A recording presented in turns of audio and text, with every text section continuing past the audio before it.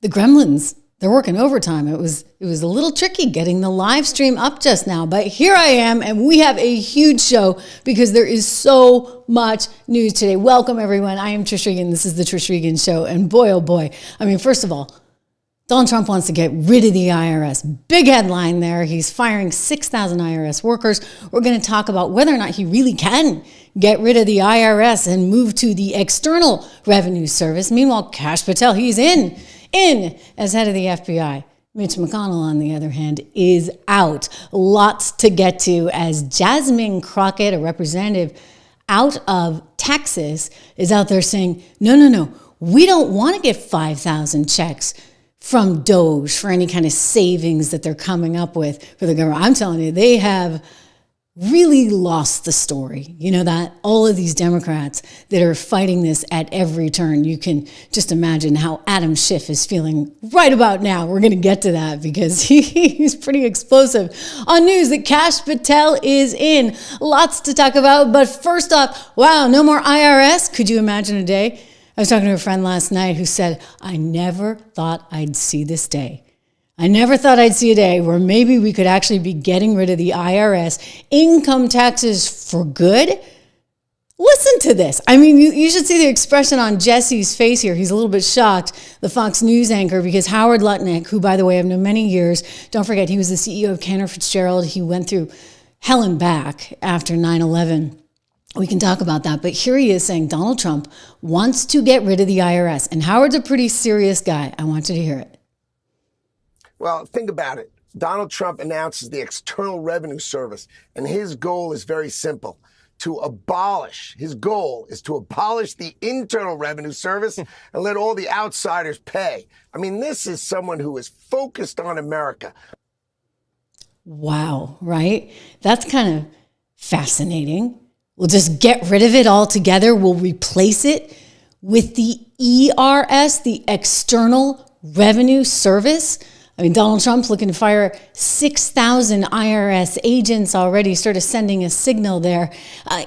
Just to point out about Howard, when Howard says this, if like it were anybody else, if it was just a pundit, I'd be like, okay. But this is Howard Lutnick, who is now our Commerce Secretary. Okay, the Commerce Secretary of the United States of America is saying that Donald Trump wants to abolish the IRS. So you have to kind of take it a little bit more seriously than if it was just some random pundit on television. Howard's kind of a big deal. And again, he has a phenomenal background. Don't forget, CEO of Cantor Fitzgerald. And for those of you that remember those horrific events in 9/11, listen, Howard was personally affected just in a massive way because that firm got gutted. He lost his brother. And you know what? He got a lot of negative attention around that time, even though he was trying to do everything he could for his employees and their families. A lot of negative attention, which he brought up on a recent podcast, in part because I think he understands the media and how nasty the media can be. Listen to this. Ladies and gentlemen, your new Commerce Secretary, Howard Lutnick, a true patriot that went through hell and back on 9/11. The media, which had said lovely things about us, trying to rebuild the company, trying to take care of the families. And we had the mass murder of 658 people who work for us. They say he must be lying. He's crying crocodile tears. The murder of my brother, my best friend, all my surrounding people and all the people I hired is insufficient to get a guy who wears a suit to cry. Bill O'Reilly every night. Death threats. Calling me names. Rosie O'Donnell calling me names. Everybody's calling me names. All I did was have everyone around me get killed. And I tried to help them. But the media builds you up and then they whack you down. Yeah, he gets it, right? He knows. You know who else knows? Rosie O'Donnell. I'm just going to tell you, Howard, don't take it that personally. It was Rosie O'Donnell. And we all know Rosie O'Donnell. Trump was on to her years ago. Mr. Trump. One of the things people love about you is you speak your mind and you don't use a politician's filter. However, that is not without its downsides, in particular when it comes to women. You've called women you don't like fat pigs, dogs, slobs, and disgusting animals. Your Twitter account... Only Rosie O'Donnell. No, it wasn't. I mean, wow. You know what? the guy's got some chops, right? He knew exactly how to diffuse, if you would, this situation because it was a heck of a question, but he immediately diffused it. Rosie O'Donnell, look, she's been a thorn in his side, I guess, forever. She does something now. I occasionally run across her in some clips, but here he is. I mean, so long as we're on the Rosie thing, talking about Rosie O'Donnell at the Al Smith dinner. You know, last night I called Hillary a nasty woman. But this stuff is all relative. After listening to Hillary rattle on and on and on, I don't think so badly of Rosie O'Donnell anymore. In fact, I'm actually starting to like Rosie a lot. He's funny, okay? But anyway, I just bring it up because Howard Lutnick saying, listen, this is serious. He wants to get rid of the IRS. He wants to abolish the IRS. He wants to completely turn on its heels. How we think about taxes. All right. And Howard, as I said, like you may not know him well, or maybe you knew him from Rosie O'Donnell, as he said, which, take that one with a grain of salt. But he has run Cantor Fitzgerald for years, and he ran Cantor Fitzgerald through that really, really tragic time. So he's a serious guy. And it means we kind of should be looking at this seriously, right? I mean, you think about the $6.75 trillion that the U.S. government is taking in. My colleague over at 76 Research and I were looking at some of these numbers today. And so that's like a lot of money. So how much of that actually comes from income tax? It turns out it's a little over 2 trillion or so. Yeah, like 2.1 or 2.3 trillion. So that's a lot of money, is it not?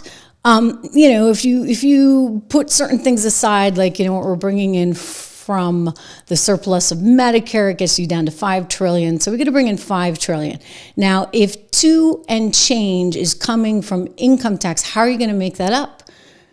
21% goes to Social Security right now, 15% to Medicare, 14% to defense, 13% to interest on our debt. That's why Elon's so worked up about it. 13% to health, whatever that is, maybe it includes Medicaid, and then 9% to income security, possibly food stamps. You've got 6% going to veterans, 3% going to educational training. I imagine that'll go by the wayside. 2% to transportation, 2% to natural resources and environments, and 3% other. So what are they trying to do? Trying to get rid of the other, trying to get rid of all the things that we don't need in the budget. And they're trying to say, let's turn this on its heels. Like what if, for example, we actually taxed China when they send stuff here? Would that work? I throw that out there because, people worry that it's going to be inflationary. It might be inflationary temporarily, but at some point, right, we'd actually start sourcing a lot of that stuff right here in the good old US of A. And isn't that kind of where you want to be going? To have as much manufacturing right here at home? Well, if we do that, Spiritfield, thank you so much. I want to get to all your comments in a moment. If you do that and you start putting the tariffs on, okay, great. At some point, do we make everything at home? And then in that case, how are you going to get this 2 trillion and change if you're not getting it from imports? At that point, do you put what's called a VAT tax on? Listen, I'm going to just tell you guys, I like the idea of a consumption tax. I always have, because I really despise the idea of penalizing working Americans. You go out there, you're working, you make money, and Uncle Sam's like, give me to redistribute your hard-earned dollars. I don't like that. I fundamentally don't like that. And that is where Trump and I are in complete agreement. Why not start to think about this innovatively?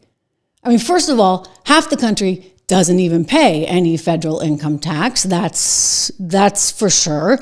So you're going to have to deal with getting that 2 trillion and change from elsewhere. But I think it's possible. I mean, you got some smart people there. Some really, really smart people that are thinking about this in ways that, frankly, we never thought about it before. And if nothing else, I find that pretty darn exciting. They're also saying, hey, wait a second, this is out of control. We can't keep spending all this interest on our debt. And do we really need to be spending 3% on educational training? Wonder what that is.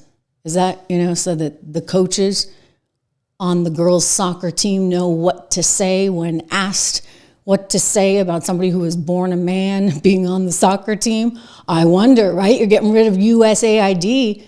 You're going to save like $50 billion right then and there. And there's more cost savings that can happen. So Stephen Miller, who's the policy advisor to the president, went on CNN. He's like super excited about all the cost savings. CNN doesn't like it. The Democrats don't like it. The media doesn't like it. Hey, they're not going to get their USAID money anymore, I guess, if CNN was getting it. So Stephen Miller starts getting really amped up, and dare I say a little hot under the collar about these spending cuts that for whatever reason, and I think we know why, the CNN host is not appreciating. I want to show you this clip because it is unbelievable, and we have to watch all of it, okay? So just watch this with me because I think we need to react in real time to the craziness and the fury that you're hearing from the Democrats. The left just does not want any spending cuts. Scott Bessent, our Treasury Secretary, wants spending cuts to the tune of 2-3% a year. I mean, this is not feasible the way we're going. So, okay, so you're saying that the president, in your view, doesn't have the authority to recall a member of the armed forces who may or may not, again, I'm the first time hearing of this, that may or may not be serving overseas? Stephen, you understand how the Guard and Reserve work. They have a day job, and then when they're activated, they deploy. While they deploy, right, but that employment is protected by law. Your question is lacking in so much detail. I promise you I'm trying to follow your question. Are you asking me if the president has the authority to remove a member of the military who may be serving overseas? Is that your question? No, my question was... Okay, well, I don't know how much airtime you want to spend on this, but I'm not following your question. Well, I think it's an important one. I guess I'll determine how much airtime I spend on it, but does your administration understand who is in the federal workforce? Yes, we have such a broad question. Of course we understand who's in the federal workforce. And I'm happy to indulge all of these very histrionic questions about anyone who may or may not be fired. That it's 30% veterans? But I think that and that you have people who are deployed? The U.S. government has $36 trillion in debt. The interest payments on the debt exceed the national defense budget. The American people are exhausted and tired of watching their tax dollars be corruptly spent, abused, wasted, and in every sense robbed and stolen from them. This president, for the first time in history, is committed to restoring accountability at every level of the federal government. You may assert there's no waste in the Pentagon. You may assert there's no waste in Stephen, Treasury. I'm not you may assert there's no waste in HHS. That, Stephen, I don't think anyone... Then why are you not celebrating these cuts? If you agree there is waste, if you agree there is abuse, if you agree there is corruption, why are you not celebrating the cuts, the reforms that are being instituted? Every day that no action is taken, the entire salaries of American workers that are taxed disappear forever. Stephen, let's calm down. This is not... We're not having a debate. There's no reason about whether there are places... You are clearly trying to debate me, and I will be as excited as I want to be about the fact that we are saving Americans billions of dollars, that we are ending the theft and waste and grift and corruption, that we are stopping American taxpayer dollars from subsidizing a rogue federal bureaucracy that has been relentlessly weaponized against the American people. Okay, you may not care about this issue. Talking about your colleagues may not care about this issue, but we care about this issue. The American people care about this issue. They also care about privacy. And the American public overwhelmingly supports what President Trump is doing. Let's talk about IRS data the DOGE will be able to access.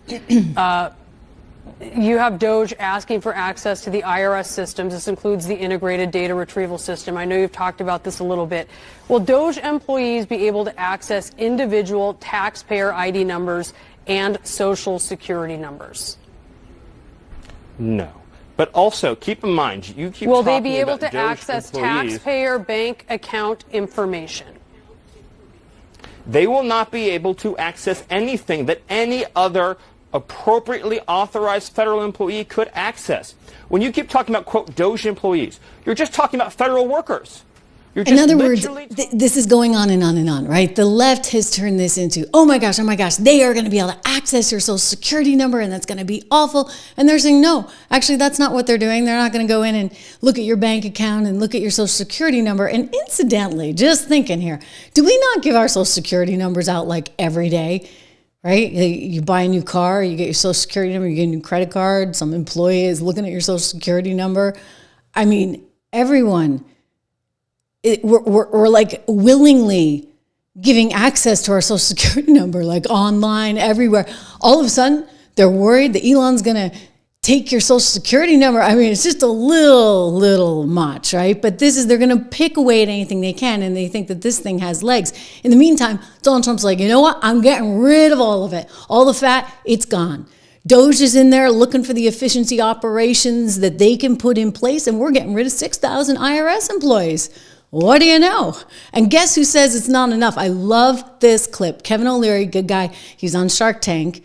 Mr. Wonderful, I think they call him. And he's like, we need more. We need even more. And you should see the faces, right, of the CNN people around the table. They're like, who is this guy? Is he for real? Yeah, you know what?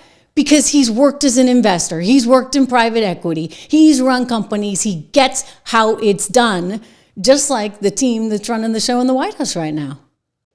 I think the issue is they're not whacking enough. There's this concept in private equity, when you get a bankrupt company and you go in there, you cut 20% more than your initial read. And then you find, like a pool of mercury, the organization gels back together again.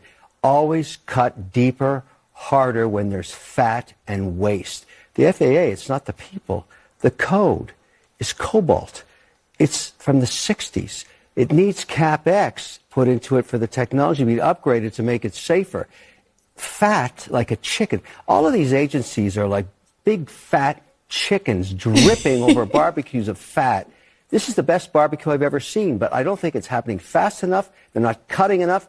Keep slashing, keep hacking while you have a 24-month mandate before the midterms. Cut.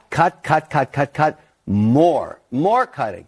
Believe me, it's going to work out just great. Everybody should be happy. Even people with the nuclear codes, cut them too?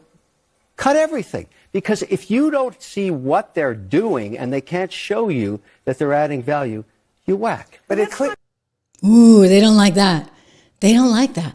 I had this argument once, like years ago, when I was on Bloomberg television. I remember I had Gene Sperling, who was head of Obama's Economic Council on at the time. And we got into this full-blown, like, serious kind of fight on the air because I kept saying, but wait a second, why do you need to keep increasing spending with GDP?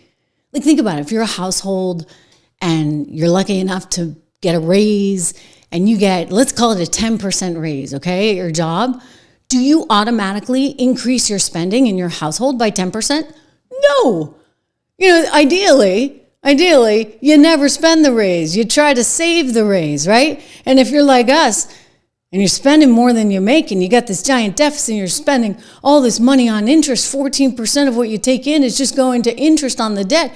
I mean, that's about as much as you're putting towards defense. Then you might want to think about that. You might want to not spend as much as you make. And you don't need to. Just because GDP is growing doesn't mean you have to spend more. And Elon Musk is laying it out there. He's like, look, if we don't fix this, guess what, ladies and gentlemen? We're going to have big problems. He spoke on Hannity's show the other night with Donald Trump. This is an important clip. I really want to emphasize to people that this is a very important point. If we don't solve the deficit, there won't be money for medical care. There won't be money for Social Security. We either solve the deficit or all we'll be doing is paying debt. It's got to be solved, or there's no medical care, there's no Social Security, there's no nothing. It's got to be solved. It's not optional. America will go bankrupt if this is not done. That's why I'm here. He's not collecting a salary for this, just to point out. By the way, neither is Donald Trump. And it's not like Donald Trump was able to walk into a whole bunch of speaking engagements when he left office last time. No, instead, they were trying to bankrupt him. Letitia James with her nearly $500 million fine against him. I mean, crazy stuff, right? And so they're out there trying to fight the good fight, and they're finding what? $2.7 trillion going to improper payments for Medicare, Medicaid all over the world. This is Caroline Levitt the other day. You may have to turn up the volume a little bit, but it's worth hearing. To DOGE just for a second. Earlier, the subcommittee headed by Chairman Marjorie Taylor Greene, her and her staff discovered $2.7 trillion in improper payments to Medicare, Medicaid, overseas, to people who should not have gotten it. Some of this room might have missed that press conference. Can you elaborate on what the president is thinking at this point? Well, again, that's another example. There's a very long list of the fraud, waste, and abuse that DOGE is identifying on a daily basis. Elon Musk also talked about yesterday about Social Security payments that are going out the door for people who are no longer with us, unfortunately. I would say that is certainly fraud. There's also a lot of contracts they've identified that, just as a hypothetical example, are $1 million, but only 500,000 went out the door. So where's the rest of that cash? And so that's the thing. Those are the things that DOGE is working on every single day. And I would just remind everybody, accountability, transparency. That's what is needed. That's what you have in a private marketplace. And guess what? The board of directors and the CEO, they all have a fiduciary duty to their shareholders to actually maximize value. There's like no duty to anyone there in Washington, D.C. Otherwise, other than, I guess, to maximize their own pocket, the value for their own pocket. And this is what has to fundamentally change. In other words, you got to get rid of all the junk. Or as JD said at CPAC today, I want you to hear this. He said, we got to stop spending money on garbage. One, we can help reduce inflation by, say, allowing drilling and thereby lowering energy costs here in the U.S. But the other big thing here that we got to focus on is to stop spending money on garbage. Listen. People. The second thing, Mercedes, is we have got to stop spending the American people's money on garbage. Every dollar that we take in and spend, you have to pay for, either through taxes or through inflation. And if we spend the American people's money more wisely, if we stop taxing and spending the American people to death, that's also going to bring relief to all of the pricing pressures that are out there. We're going to make it affordable to live in this country again. That's our mandate. That's our goal. And you're right. There's a lot more that we can do, but I think we've got a pretty good start after 30 days. Imagine. Let's make it affordable to live in America again. Let's get back to our roots. I mean, you think about what a great country this has been. Well, Donald Trump's looking at some of this quote unquote fraud that's going on. I mean, they may not even call it fraud. They're just going to say, you know what?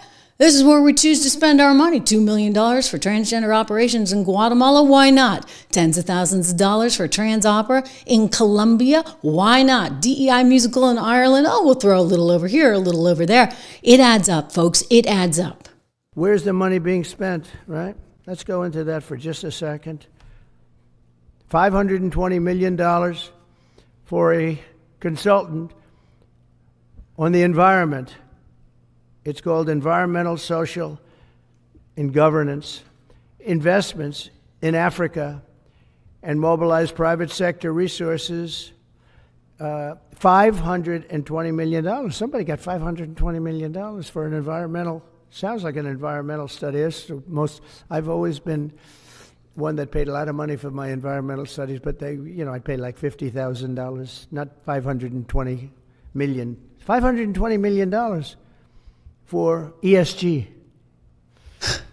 $25 million. I mean, it's unbelievable. He actually went on for about 4 minutes listing all of those. And then he's like, you know what? I can't even get through them all. They've got a DOGE website now, though, so you can peruse that at your leisure. This is really gross, you guys. It's really gross and it's really unacceptable, and we can change it. So why not? This is why he was elected. And this is why when you look at the approval numbers and you see 70% of Americans are saying he's doing exactly what he promised he would do, they're on board. They like this. You know why? They don't like the fat. They don't like the inefficiency. They don't like having to turn over their hard-earned money to Uncle Sam, who then squanders it on ridiculous programs all over the world. I see in the comments one of you guys mentioning the issue with the migrant hotels in New York City, $200 million going actually to a company out of Pakistan that was owned by the Pakistan government to house people in the Roosevelt Hotel, a luxury hotel. It's absolutely bonkers. Steve Frischman, welcome back. Melissa, I see this is your very first show that you have been here live for. So thank you. We welcome you to the conversation. Look, they need to save money. And guess what? Donald Trump wants the money going back to you. Imagine the money should go back to you by way of a DOGE dividend. He said this. It's important to hear it. Listen. Sir, Elon Musk is proposing potentially giving money to Americans based on what DOGE is finding. Do you have any thoughts on that? I love it. A 20% dividend, so to speak, for the money that we're saving by going after the waste and fraud and abuse and all of the other things that are happening. I think it's a great idea. How much money do you think? Could be a lot. I mean, if it's 20%, we'd give back a lot of money to the taxpayer. And also it'd give an incentive for the taxpayer to go out and report things to us where we can save money. I think people would like that. Get a 20% dividend, it would be somewhere around $5,000 and still counting. Well, most people like that idea. That is, unless you're a Democrat.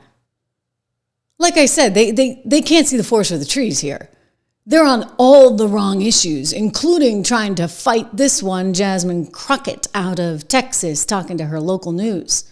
He right now has a 53% approval rating. It's higher than... Forgive me. That was her on national news. Jasmine Crockett going on to The View to complain about Trump, of course. And, you know, she found a very delightful, willing audience to hear her. You know, do you guys wonder about the applause that they have on that thing? The whole applause where, you know, they just keep cheering Whoopi Goldberg and others on. I mean, that's kind of wild, don't you think? That's a little bit weird. Well, Jasmine Crockett went on, not just The View. I mean, she's clearly doing the rounds, shall we say. But she also went on local news, I guess. No, forgive me. This is like ABC News Online. They're trying to migrate online. You see, they're trying to stream more because obviously this is where it's at. This is where it's at. Jasmine probably wouldn't want to come on this show. And I wouldn't subject you guys to that. It's just worth hearing her in little sound bites here and there. She doesn't like a $5,000 DOGE dividend. Not one bit. Hear her saying why it's all wrong. Now, President Trump says he likes the idea of giving some of the savings from DOGE back to Americans as kind of a dividend. Would you support that? Listen, he's just telling a lie. He's not the one that had anything to do with the $1,200 refunds that people had during the midst of COVID that was done by a Democratic House and Democratic Senate. Right now, what they're going to do is say, hey, we want to give you a refund, but Congress won't let us because they already know that there's just no money for that. The only reason that those refunds came before was because we were living in different times. This was a time in which hopefully we won't ever go through again. We had a once in a lifetime pandemic. The bad part is that I don't know if it's once in a lifetime because we know that Ebola, unfortunately, was detected right here in New York here recently. And if we continue down this road of getting rid of scientists or deciding that we don't want to rely on experts as it relates to what they're telling us to do, or we don't want to deal with vaccines and medicine in this country, then we may be facing not only our next pandemic, but our next 2, 3, or 4 pandemics because of their incompetence. So no, we are not in the business of giving out money. And honestly, I don't know what $5,000 will do for you. Really? Jasmine, you don't think that $5,000 might help the average American family? Wow, I guess Congress is really treating you well there, honey bunny, right? I mean, maybe you're getting some of that USAID money too. I mean, she's all over the place. First of all, the COVID checks, certainly number 3, was uncalled for and put us in the inflationary disaster that we are in today because you had the Federal Reserve printing. Later on in the show, I'm going to be welcoming the CEO of American Hartfold Gold. We're going to talk about that printing press because that's what's led to gold skyrocketing, now reaching somewhere around $3,000 an ounce. So we printed too much money. And then you had Chuck Schumer and Nancy Pelosi out there greenlighting trillions of dollars more in spending. And so what happened? What do you think happens when that kind of thing goes down? That's inflation. And by the way, it's not coming from real savings. It's not coming from anywhere. It's just coming from a freaking printing press. What Elon Musk is talking about doing is entirely different. They're talking about shrinking the size of the federal government so that guess what? You don't have to pay as much in taxes. And hey, maybe you get a one-time dividend on a thing. But this woman, Jasmine Crockett, is clueless. Absolutely clueless. And you know what? When Alex Karp, the CEO of Palantir, was on CNBC the other day and said that his party was basically committing suicide. He's no longer part of the party because they just don't get it. They're like wrong on every single issue. He's a big deal tech CEO. He was right. Like they just don't get it. For example, the trans stuff, kids getting mutilated, and they want to stick up for okay, we're going to have the hospitals and the healthcare system. We need to keep pushing money into this so that 12-year-old kids can lose valuable body parts that they kind of need for the rest of their lives. I'm sorry, and I don't mean to be graphic, but Jasmine is on the wrong side of everything. And you know who else is on the wrong side of everything? That would be the ladies on The View. The View, which frankly, I think is on its last legs. I really do. I think Whoopi's in the middle of contract negotiations. She's trying to be careful and she's trying to be quiet. But don't forget, right, what Elon Musk said. I want to play it, and then we're going to go back to The View and see what this Jasmine Crockett, the representative out of Texas, who doesn't think you need $5,000 for your family, is trying to say about Donald Trump and why he won. Because it will scare you. Anyway, here's Elon. I really want to emphasize to people that this is a very important point. If we don't solve the deficit, there won't be money for medical care. There won't be money for Social Security. We either solve the deficit or all we'll be doing is paying debt. It's got to be solved, or there's no medical care, there's no Social Security, there's no nothing. It's got to be solved. It's not optional. America will go bankrupt if this. America will go bankrupt, he said. You know, Americans get that. They understand that. They know that their money wasn't going into the right places, and now it's getting all exposed. And somehow Jasmine wants you to think that's all fake news. The ladies on The View nodding in agreement. This show is bad, okay? But just quickly, it's worth understanding the other side. He right now has a 53% approval rating. It's higher than it's ever been. 70% believe that he's fulfilling his promises, and 45% believe Democrats should be more moderate. What do you take away? I think there's a lot to make of those numbers, but what's your takeaway from that? My takeaway is just like the election. We've got to do better at education. People don't understand, but you will understand when those hospitals in rural America start closing down even more. You will understand when you don't have your Social Security. You will understand when your Medicaid, your Medicare goes away. You will understand as planes continue to fall out of the sky. Soon you will understand why it's important to maybe have somebody that isn't loud and ridiculous, and maybe Sleepy Joe is what we wanted because we could at least sleep at night. Yeah. Whoa. Okay, so first of all, the planes falling out of the sky. Interesting how she's trying to pin that on Donald Trump. No way, okay? It's funny to me because it's like a narrative, a talking point that they're echoing over and over again on the left. And apparently one of the ladies that got the talking point is Oprah Winfrey's best friend. That would be one Gayle King over on CBS's morning show that nobody watches. I can say that because I used to work there. And I call people and say, well, will you come on the show? And they'd be like, what is it? I'm like, CBS Morning. And I'm like, it's like the Today Show, except it's on CBS. Anyway, nobody watches it. It's a terrible show. The Delta CEO, for some reason, went on there. Badger Dodge, thank you. Welcome to the program. And this is what was said. Take a listen. The Trump administration recently fired many employees of the FAA administration. Do those cuts worry you? And do you think that impacts the safety? I know you just said it's the safest way to travel, but after looking at all these mishaps, a lot of people are very nervous. Do these cuts affect you? The cuts do not affect us, Gail. I've been in close communication with the Secretary of Transportation. I understand that the cuts at this time are something that are raising questions, but the reality is there's over 50,000 people that work at the FAA, and the cuts, I understand, were 300 people, and they were in non-critical safety functions. The Trump administration has committed to investing deeply in terms of improving the overall technologies that are used in the air traffic control systems and modernizing the skies. They've committed to hiring additional controllers and investigators and safety investigators. So no, I'm not concerned with that at all. Yeah, she's having a little tough time with that, right? Gail wants to blame it all on Trump, just like the ladies on The View with Jasmine Crockett want to blame everything they can on Trump. And then as for, well, how did he win the election? And why is it that people are actually thinking highly of him? As you heard the lone conservative never Trumper on that panel on The View say, like, why would people actually approve of him? Why would he have a 53% approval rating? Why would he have 70% of America saying, you know what, he's doing what he promised he would do? And Jasmine's answer is that people are misinformed, that they're not educated enough. Gosh darn it, I think I've heard that one before. In fact, Joe Biden's biggest regret about this entire election process was that people were just not well enough informed.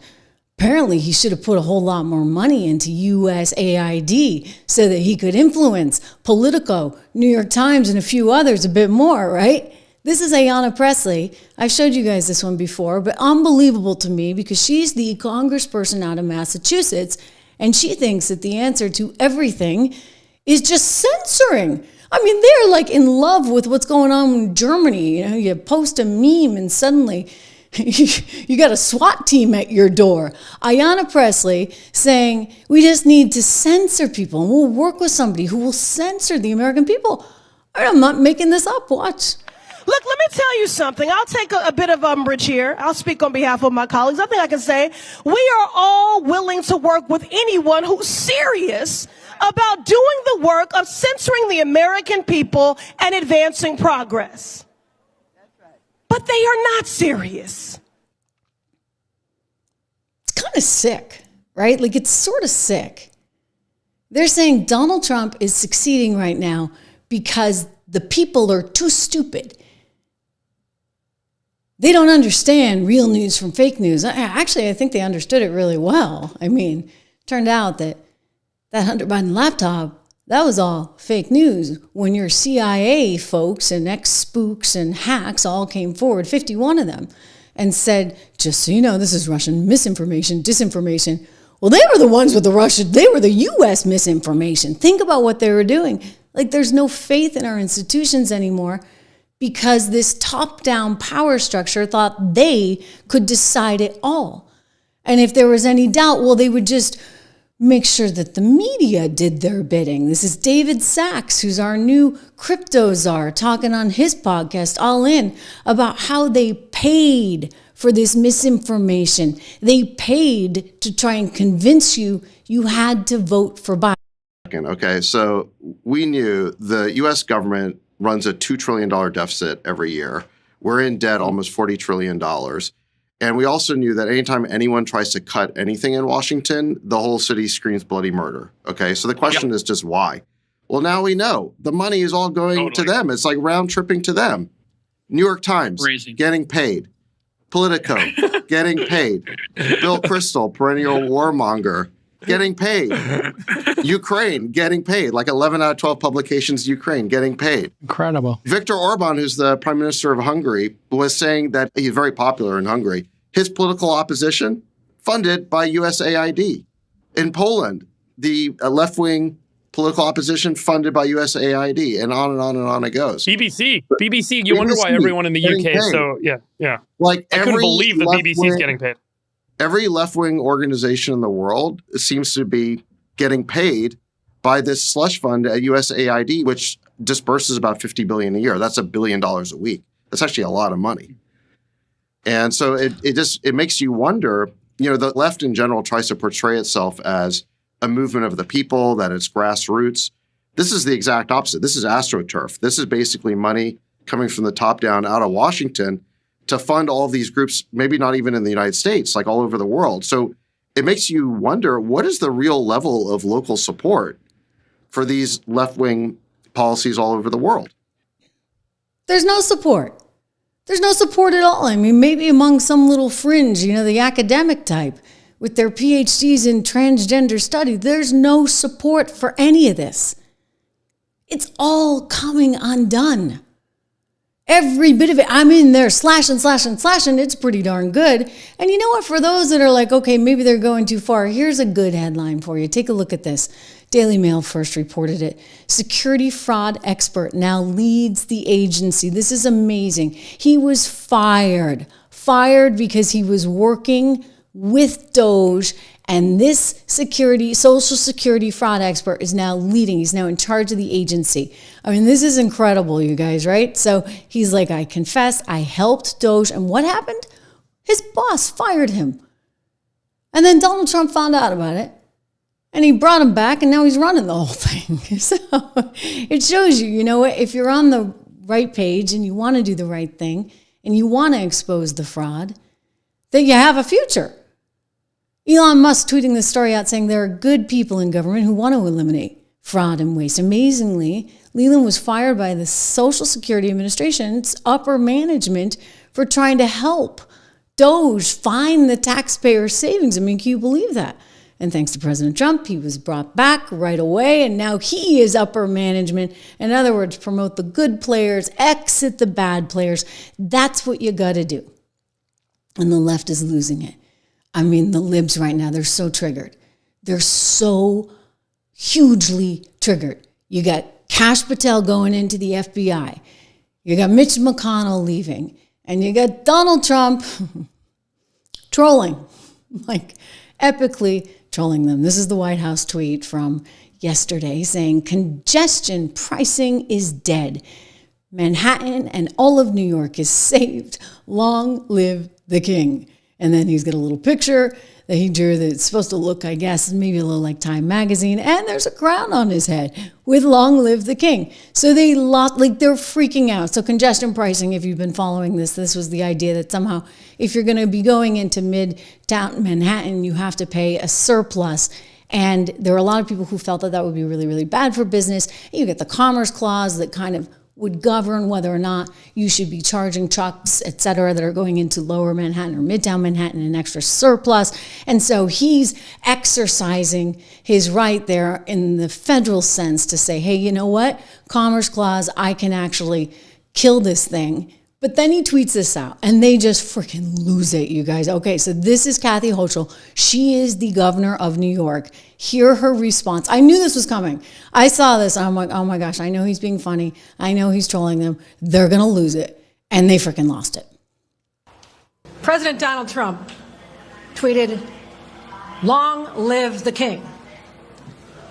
I'm here to say New York hasn't labored under a king in over 250 years. And we sure as hell are not going to start now. We stood up to a king, and we won then. And we will, in case you don't know, New Yorkers, we're in a fight. We do not back down, not now, not ever. I told you she was triggered, right? I mean, at least she knows her history a little bit. I mean, I can't say that about everybody on the left right now. So yeah, at one point, Revolutionary War, think about it. But this is in part, like you think about what's happening right now, we actually are trying to get back to our roots. We're trying to get back to a smaller, downsized government. And look, when it comes to the federal government, what are they going to have power over? You can't just have this random taxation going through New York. I think it gets back to the Commerce Clause. The Commerce Clause, which actually I just happen to have right here in front of me. I mean, you think about it, it gives the U.S. Congress the power to regulate commerce with foreign nations and among several states and with Indian tribes. And this is the Commerce Clause that they use over and over again to help provide the federal government with powers. And of course, Ms. Hochul there, the governor of New York, well, she's kind of picked the wrong fight, if you would. Really and truly the wrong fight. And so he's gonna do what he's gonna do on that. I mean, she got that one all wrong. I think they tried to put it in advance of him coming in hopes that somehow that would save them. But I wanted to show you something else. This is from my shorts feed, guys, because I put this out. At least she knows her history. Not all of these libs, of course, do, including this guy. You know Al Sharpton, right? He's the one that got $500,000 sent to his charity right before he interviewed Kamala Harris on MSNBC. Well, he might want to go back and study a little American colonial history. Now, President Trump says he likes the idea of giving some of the savings from DOGE back to Americans as kind of a dividend. Would you support Oopsie daisy, wrong one. We'll try this again because this is just hysterical. I have to show you. By the way, do you hear my voice, which is like sounding a little like Kathleen Turner or something today? So much for my balance in nature. I love my balance in nature. I actually doubled up on it today. That's how I'm on the air. But anyway, I told you, I know I was too smug. I was like, oh, I haven't gotten a cold all year long. It's been fantastic. No cold. Well, sure enough, everyone in my family's had one. Sure enough, you can hear it. You can hear it today. One day, our children's children will read American history. And can you imagine our reading that James Madison or Thomas Jefferson tried to overthrow the government so they can stay in power. That's what we're looking at. We're looking at American history. You can't make it up. No, you can't. So anyway, Kathy's saying we are not going to be ruled by a king. She's taking this sort of out of context. Donald Trump having way too much fun with this. And, you know, I'll tell you, the reality is no matter how much they push back on them, they are so deeply in the wrong. As a judge just decided the other day, I mean, Letitia, you know Letitia, right? And don't get me started because we'll wind up spending 2 hours on it. And I encourage you to look at all my stuff on Letitia on this channel because I am so disgusted with New York and with her for what they did to him. Really, really awful stuff. But here she is trying to capitalize on the moment saying, Elon Musk can't do this. Elon Musk can't look inside our government coffers and figure out whether this thing is running efficiently or not. We didn't elect him. No one elected Elon Musk and his minions, and no one has allowed him to have access to this information. This is a violation of the separation of powers. The United States Congress, the United States Senate, has the sole discretion in having the power of the purse, and not Elon Musk. We are here today to seek a preliminary injunction to stand up against those forces who believe that they can unilaterally have power and have control, all in the hands of the President of these United States. Well, the judge didn't really agree with you on that. Letitia, no. Judge Chunkin, who, by the way, is Democrat appointee. She rejected that call from Democrat AGs for that temporary restraining order. It would have blocked DOGE's access to federal data. So New York is having a hard time. But, you know, New Yorkers like Letitia are out there trying to fight for things that really don't resonate. I mean, maybe they resonate in Manhattan. I don't know, but I'm telling you, through the rest of the state, they got nothing. Here's the New Yorker magazine. This crossed my inbox last night, and I had to show you this because they're flipping out because they can't pay for the trans kid operations anymore because the federal funds are gone. You see, Donald Trump got rid of those federal funds. And so this means that hospital systems, quote, that received federal funds immediately began to call off care, even though the order goes against the guidance of long-established medical authorities on treatment protocols for trans kids. In New York, which was supposed to be a safe harbor state, safe haven state, NYU Langone Health and Mount Sinai canceled surgeries. Mind you, these are surgeries on kids that believe they're transgender and they're like 12 years old. I mean, we don't let kids drink. We don't let kids smoke.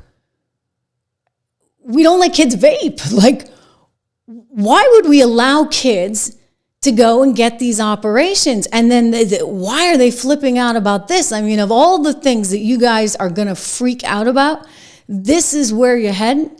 And this is why I'm just saying, like, they have completely lost the story.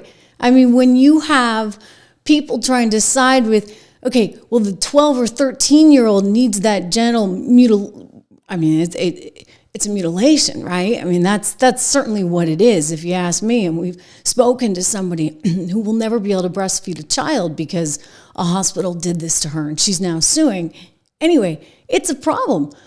I'm telling you, and this is where Letitia's heading. Regardless of the availability of federal funding, we write to further remind you of your obligation to comply with New York state law. So it sounds like she's picking and choosing which federal laws to comply with here. What do you think about this, Riley? Yeah, I think your analysis is correct. When you have an attorney general tell her entire state to not comply with federal law, she is no longer acting as an attorney general. Let's call it what it is. She is an activist at that point, which I don't think this comes as a surprise, considering how she treated President Trump and other issues, of course, over her tenure. But this just shows me that November 5th taught the Democratic Party nothing. The majority of Americans wholeheartedly do not support the gender transitioning of minors. That was made very, very clear at the ballot box. So to continue on with this messaging, to continue to quite honestly, in this case, violate federal law, I believe it shows either their ignorance, maybe their apathy, maybe fighting for a system that rewards those who move to tear it down. I'm not sure exactly what it is, but it's clear nonetheless that November 5th taught the Democratic Party nothing. So they just can't seem to learn. But that's fine, because you know what that means, guys? We'll stay in power for a lot of years. We're going to continue to stay in power. We got to get to Kash Patel, because this is amazing. And I'm telling you, the media is freaking out. And Adam Schiff is freaking out. But again, if you can hear it in my voice, like, I had to come on today because it was just such an important day. And I do still take my balance in nature, but I knew I was pushing my luck. I think I just told you the other day, I hadn't been sick at all this year, and I always get sick, and I always get sick. My kids are always sick. Well, sure enough, I got a little bit sick. So, you know, as long as you're okay with the throaty sounding Trish Regan, we'll make do with it. But balance in nature is still what I take, and I did double up on it today in hopes that it might help a little bit. It's my fruits and veggies that I take, and they're a sponsor of this show, and we love them for that. You can get 35% off with Balance in Nature right now. If you go to balanceinnature.com, you use my code word Trish, my name, TRISH. And by the way, you can call them at 1-800-246-8751, 1-800-246-8751, Balance of Nature. Listen, it's done me really well so far, and I doubled up today. Look, I'm watching all of this freaking out, and I'm just like, gosh, guys, like this, your level of hysteria is in part what has led to all of this. The mainstream media, Democrats, they cannot believe that Kash Patel is now head of the FBI. I mean, Donald Trump's getting everyone, right? He got Pam Bondi, he got Kash Patel, he got literally the only one he didn't get was Matt Gaetz.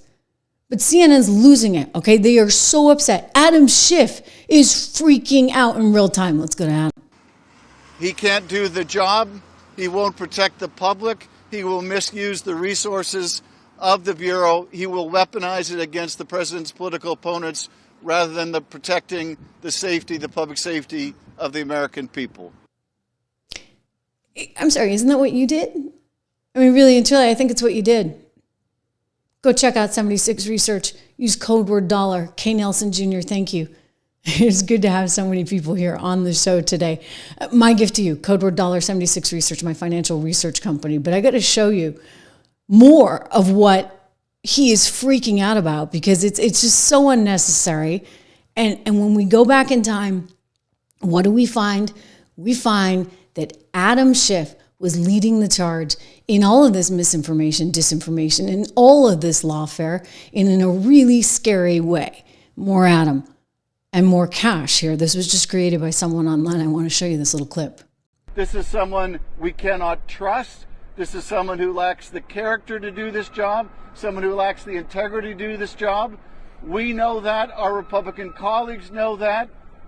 The only qualification Kash Patel has to be FBI director is that when everyone else in the first Trump administration said, no, I won't do that, that crosses moral, ethical, and legal lines, Kash Patel said, sign me up. In the first Trump administration, as we are seeing in the second, you rise to the level of your sycophancy, and no one is a bigger or more dangerous sycophant than Kash Patel. This political hack does not deserve to be in this building. He can't do the job. He won't protect the public. He will misuse the resources of the Bureau. He will weaponize it against the president's political opponents rather than protecting the safety, the public safety of the American people. Adam Schiff is the worst criminal in Congress in the last 250 years. And what broke that we're going to talk about right now is Adam Schiff met with a whistleblower. Adam Schiff went to the podium day after day after day saying, I know nothing about this. We're not going to discuss it. We're going to protect it. And then Adam Schiff, led the prosecution of the impeachment trial in the Senate of President Donald Trump. Talk about someone who was conflicted out of the game because he was part of the hoax that brought Charmella in, manufactured that false accusation, and then peddled it out to the world, and he continued, not surprising, he's lied about almost everything in his life. But now he lied just to set up a presidential impeachment. And that's what I was talking about, these disinformation campaigns. And then he should be investigated because he lied to the world about his interactions with Charmella, who was a whistleblower, and I can't stress it enough, that started a presidential impeachment. Now, your history is way better than mine, but I can't remember the last time a president was actually impeached. It's a significant process and escalation, and it's reserved for the time when it actually shows a crime, not when it shows the manufacture of fake information to show a fake crime. The guy that found and manufactured the evidence with Charmella was the prosecutor in the case against the target of the investigation. That is the ultimate, from a prosecutorial standpoint, conflict of interest. But he knew what he was doing, and he thought he would never get exposed. And I think thanks to, I think it was John Solomon and his fantastic reporting, we now see what I've been saying for years, that I thought he met with him for sure, and it will come out, and it now has. I'm going to go out on a limb and say that Adam Schiff might be in a little bit of trouble. Just a little bit. Because you're going to have to clean all this up. And then you got crooks in there that are doing really funky stuff just to keep themselves and their team in power. That has to end. Because it works both ways, okay? What you need is a clean system. And Kash is totally dedicated to making sure that we have that clean system. And by the way, qualified to do it. I mean, they're going back on CNN, oh, he's not qualified, he's not qualified. Give me a break. The guy's completely qualified. Frank, I'd like to start with you. How significant of a change does Kash Patel represent for the FBI? It's a radical change. It really is. I mean, I served under 4 directors in 27 years in the FBI, and no one came in with these few qualifications, with this guy's background, with the conspiracy theory angles, with just all of the things that he has said on podcasts and written in his book. It's just, it makes you wonder, where the Bureau is going to be heading next. It's just, I don't know, befuddling to me. Okay, guys, what has gone down for the last 8 years? I mean, think about Russia. Think about getting the FISA warrant under false pretense. Everything that they've done, impeaching a president, I mean, it's all been because of a team of people effectively mobilizing the system against someone. And that's what Letitia James did. That's what Fannie Willis did. That's what Jack Smith was trying to do. That's what Alvin Bragg did. I mean, that has to stop. And, in terms of the conspiracy theories, gosh darn it, he's turned out to be right. Okay? Like, the laptop from hell, that was not misinformation fed to you courtesy of Rudy Giuliani. That was actually Hunter Biden's laptop, and it had been investigated since 2019. It turns out when this whole team was trying to tell us, oh, no, there was no way that COVID could have possibly come from Wuhan, China, in that lab in Wuhan, China. No. Well, what do you know? Sure enough, it did. I mean, we can go on and list them all these quote-unquote conspiracies that actually Kash was right on and Trump was right on. And yet they're going to completely lose it because you know what? They are losing power, and it's going to get exposed. All of this, all their frivolous, ridiculous spending is being exposed, and their corruption is being exposed, and they don't like it. But I do, and I imagine you do too. McConnell's out. Bye. This is the end of it. He gave his swan song today on his birthday. 7 times, our fellow Kentuckians have sent me to the Senate. Every day in between, I've been humbled by the trust they placed in me to do their business right here. Representing our Commonwealth has been the honor of a lifetime. I will not seek this honor an 8th time. It's over. He did it 7 times. He's not seeking the honor 8th time, so he's going to close out his term. I mean, they're really like dropping like flies. Liz Cheney went, McCarthy went, McConnell's going. I mean, this is definitely Donald Trump's Republican Party. But I would say, McConnell, I know, is at odds with him on over everything, but this is a gentleman who needed to step down. If for nothing else than this is so sad. I watched this the other day. I mean, he fell like 10 days ago. And I'm like, why are you there? I mean, why are you still doing the job? It was frightening. Frightening to see that. And that's not the only time. I mean, that's just the most recent. He's had a lot of troubles. And, these moments where he was just staring straight into space and not answering questions and they had to escort him off. I mean, he's in very, very tough shape. But it does show you, right, the power of Donald Trump over the Republican Party. I saw that Susan Collins, the senator from Maine, voted against Kash Patel today. I wonder how long she is, in all seriousness, for the Republican Party, in light of sort of the pressure, if you would, what we're seeing. I mean, again, you can just go through the list and you think about all the people that were part of the system and now they are gone, whether it be McConnell, obviously that coming today, whether it be McCarthy, Liz Cheney, Kinzinger, Romney, Pence, who's flipping out about Ukraine, of course, because remember when he told Tucker, he only cared about, Ukraine. It wasn't his problem, that things were sort of bad here at home. He was just focusing. I mean, that was like unbelievable. That was such an epic moment, of course. But what you've seen is that the party has coalesced around Donald Trump in a massive way that really, I think, is important at this moment in time. I'm all for diversity of opinion. But when you're up against the Democrat machine right now, you want to be a well-oiled machine yourself, and you want everybody on the same page. And so it's important that sort of everybody be with it and be focused on achieving these goals because, hey, for the first time, they're achievable. Think of that. I mean, we can completely reorient how we think about taxes with the IRS turning into the EXS. We can think about innovative ways to actually improve our government. We can use technology. AI is amazing. Can you put some of that technology into the government itself to streamline it and make it better? Why not? I mean, again, did you think you'd ever see this in your lifetime? Somebody actually comes into office and is doing exactly what they promised they would do. Donald Trump saying, you know what? We got to make sure we get the gold that we think we have. We got a whole bunch of gold that's sitting there in Fort Knox, and I want this stuff audited. Here he is, caught off camera there on Air Force One. Listen.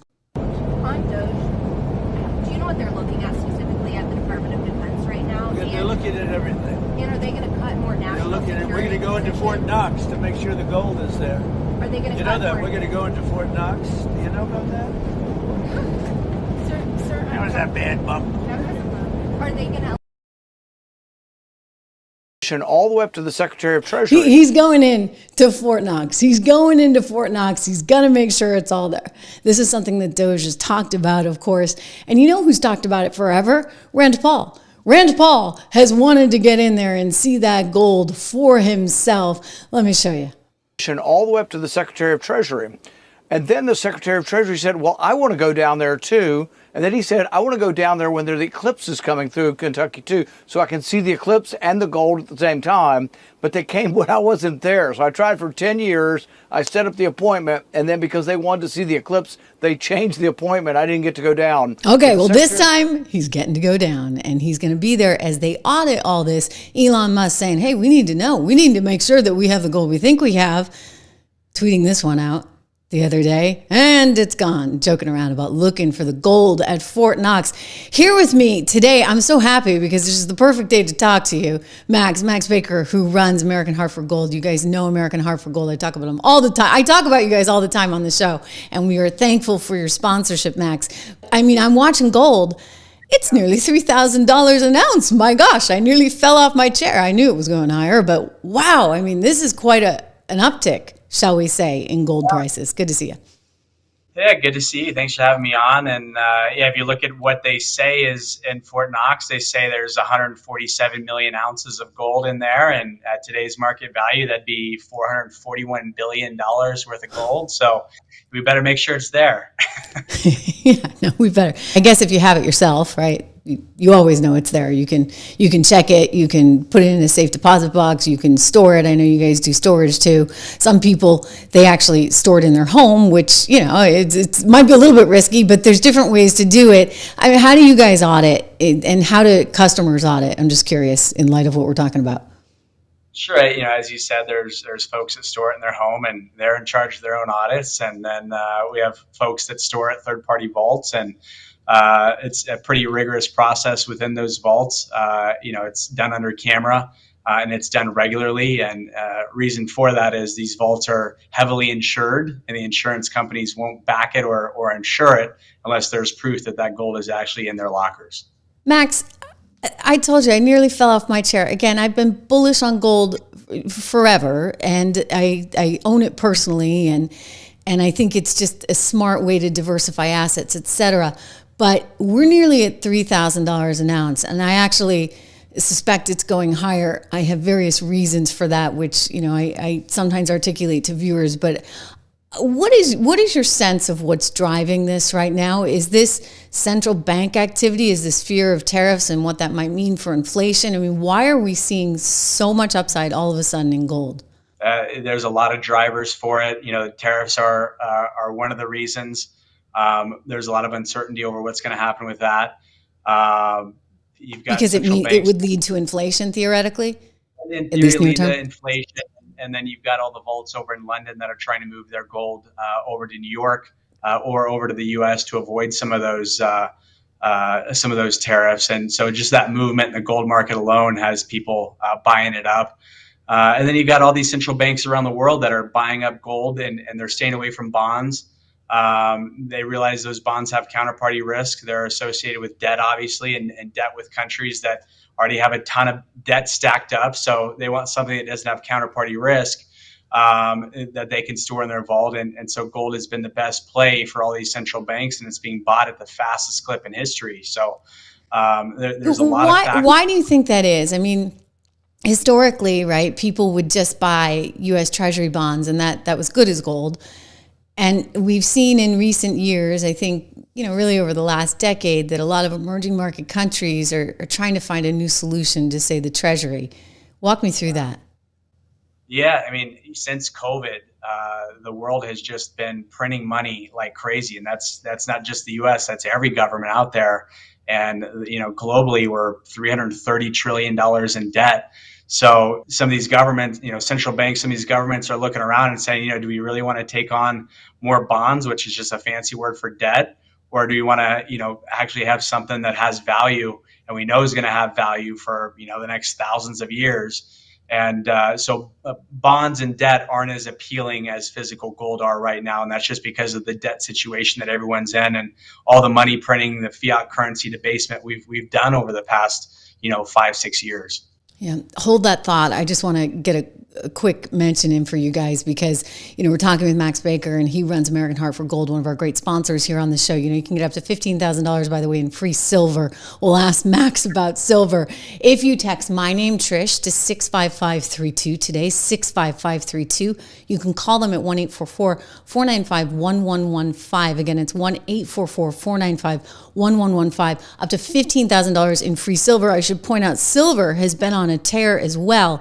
So this is a good one to actually have exposure to. But I want to go back to Max because, again, as we're looking at all this tremendous upside, the question is, is there still time to get in on it? And I think it's a fair question. I would argue, yes, you've heard me say that before, but we got Max. So we're going to ask you, is there still time for people that are, contemplating, thinking about this?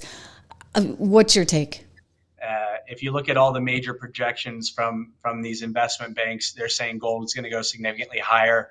And again, it just has to do with money printing. And I tell people all the time, if you think they're going to stop printing money, then don't buy gold. If you think they're going to continue printing money and the government's going to continue printing like crazy, then buy gold. And that's, again, not just our government. That's just about every government around the world right now is forced to print their way out of their debt situation. And so gold's going to continue to shine and do very, very well. As you touched on with silver, gold's at its all-time high. I think it'll go, to 4,000 in the next couple of years. I think price target for this year is 3,300 to 3,400. But silver is still about 50% off of its all-time high. And that's typically a little slower to react than gold is. I think silver is a tremendous value right now. It is up 42% in the past 12 months, and it's got a lot of room to run. So I think the value play right now is silver. But certainly gold has a lot of room to run as well, as long as they're going to continue to run these deficits. Okay, back to gold. So you're citing just the concern about inflation. Let me take it a step further and talk about sort of the international geopolitical dynamic that's going on, because I just wonder if some of these emerging market countries are searching for ways to diversify themselves away from the U.S. And so, as much as we want to be the hegemonic power in the world and this, that, and the other, I think the reality has crept in that, as you look at what's going on, say, with China and tariffs, and you look at what's going on with the U.S. and Ukraine, I mean, if you're smart, and I'm not really talking my book as an American because I want everybody buying U.S. treasuries, of course, but if you're smart as an emerging market nation, you might say, hey, maybe I need a little gold in my central bank. Well, I'm glad you mentioned that. One of the big catalysts for gold's current rally was the Ukraine-Russia war kicking off and all the sanctions being put on Russia. And from there, it just kind of got every country in the world thinking, what's the one asset I can diversify into that the United States doesn't have control over? And that one asset is physical gold. And so given you have these countries that maybe think we're not going to have any issues with the U.S. or any other country, but we see how some of these sanctions can really disrupt an economy or a country the way it did with Russia. And some of these countries why buy treasuries when I can buy physical gold? And so you're seeing, central banks load up on it for that very reason. They don't want to be beholden to or controlled by any other nation. Let me ask you something, which I don't think is a fair comparison, but it comes up a lot because a lot of people are chasing Bitcoin with this idea that, it's going to protect them in different ways, much like gold. And I say over and over again, because by the way, I like both and I invest in both personally, as well as other cryptos, but I see them as vastly different products. And I look at gold as the kind of thing that I really want if things are going to get super dicey. I do not look at my cryptos as anything that I want if things are getting dicey. In fact, I think of it more as a tech play. How do you think about the difference of the two things? I tell people, you really shouldn't, if you have money for Vegas, that's when you invest in things like cryptos. Gold is the money that you'd otherwise be putting under the mattress. I think you're spot on there. Look, I understand Bitcoin being the quote unquote digital gold. But at the end of the day, it really isn't, because there's a lot of counterparty risk associated with Bitcoin. There's a lot of factors that have to go into place to make sure that it has something of value. Gold has value in the palm of my hand anywhere I go in the world. Bitcoin, when we talk about counterparty risk, you got to hope that there's electricity. You got to hope that you can get into your wallet. You got to hope that someone is there to buy that Bitcoin from you. You got to hope there's another marketplace for it. There's a lot of factors that go into making sure that that Bitcoin has value. There aren't any factors in making sure gold has value. It's had value for thousands of years. So in that sense, I understand the digital gold, philosophy behind it, but it really isn't digital gold. The gold is the only thing on earth, the only asset on earth without counterparty risk. And, when you're moving into an asset or looking for a gold asset like that, or a hedge or an insurance policy, gold is the only thing that really fits the bill for that. Yeah, no, it's completely fair to say, important to say. And then before I let you go, any sense of what they're going to find in Fort Knox? I hope it's all there. It's a great question. The fact that it hasn't been audited since 1974, it's anyone's guess. If I was a betting man, I would say that there's going to be some gold there, but not what they claim to have. Yeah, I gotcha. All right, Max Baecker, thank you so much. Again, everybody, just a reminder, you can invest in gold right through these guys. You met Max, wonderful team over there at American Hartfold Gold. Text my name, Trish, to 65532, because guess what? You're going to get access to that special offer with qualifying offers up to $15,000 worth of free silver. You can call them at 1-844-495-1115. Great team, really knowledgeable. They'll walk you through everything. We love them because they help bring this show to you every day for free. Again, American Hartfold Gold. Oh, how could I forget? TrishLovesGold.com. TrishLovesGold.com. It kind of has a nice ring to it, right? Meanwhile, we've got some breaking news I want to get to out of CPAC because Elon Musk just took to the stage, and Elon is telling everyone exactly why he went and bought Twitter and exactly why he turned it into X. Let's listen in. But then you learn that like there's hundreds of billions of dollars going to these so-called NGOs. And it's your tax dollars that are funding things that are fundamentally anti-American. And they're propping up their narrative. Yes. A lot of that government money has been propping up a left that I don't think is as strong as they made it seem. In fact, a massive amount of your tax dollars is going to legacy media companies. Yes. Directly from the government. The government wants to take over media. Yeah, it's terrible. Yeah. That's why we have X. Yeah, and that's why you spent $44 billion. I mean, that's a lot of money. I mean, more than it was probably worth. But there was a message. Freedom is priceless. Priceless. Yeah. Probably one of the most important investments this country's ever seen. If you got to protect the First Amendment, it's not much more important than that. Yeah, I mean, I got a lot of criticism, and people said, well, that proves he's a huge idiot from he bought it for whatever, $44 billion, and now it's worth like 8 cents. And it's not worth 8 cents. But you know, it was essentially to buy freedom of expression, Once that's gone, it's all over. It's all over. Yeah, descent into tyranny is really quick after that. Yeah, I mean, like it's all the sort of federal money going to media companies is what helps explain why the legacy media all says the same thing at the same time. Yeah. Like, isn't it like it's like weird? Like you can put them up where it's like like when they're mouthpieces for the state. For the state. Yes. And that's what we've come to know. Yeah, it's scary. And I like that meme where they because they're always saying like threat to our democracy, threat to. But if you just replace democracy with bureaucracy, it makes a lot of sense. It makes perfect sense. Yeah. Big threats to the bureaucracy. That's exactly right. Let's talk about. Amazing, right? And like he's right. He's totally right. I mean, we found out AP was taking somewhere around $52 billion. We learned that Politico was actually getting somewhere around $8.2 million for its Politico subscriptions. The $10,000 a pop for these subscriptions. I mean, that was absolutely crazy. I'll give you a subscription. It's not going to cost you $10,000. And that's from my own financial research at 76 Research. Use code word dollar, DOLLAR. You get access to the 76 report. With that, we have model portfolios there as well, 10 to 15 stocks in each one. And listen, this is doing well. I mean, I think this is a huge opportunity for people to be investing in America, investing in this MAGA movement, and investing, of course, thereby in yourself. So really important to take a look at that. But they had Politico subscriptions at $10K a pop that the government was buying. And interestingly enough, when did you see the big surge in that? 2024. And you had the New York Times taking in somewhere around $50 million. I mean, this is bonkers. So Elon's right. Elon totally is right. And now he's coming in and he's like, I mean business. I'm going to take, a look at this system with my team of engineers. Apparently they're up to 100 right now. And we're going to actually cut expenses. And this happened, good case study for you, down in Argentina. When Javier Milei came in, with his chainsaw, and he just said, boom, boom, boom, boom, boom. And you know what? Argentina's like stabilized now. Nobody thought this could happen. Let me play this clip for you. We've got one more surprise in case this wasn't enough. I'm going to let Elon do it.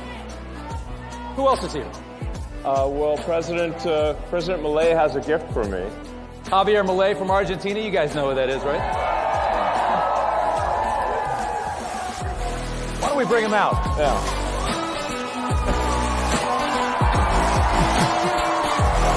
All right, let's bring him out. There's Javier right on set. And look at what the gift is.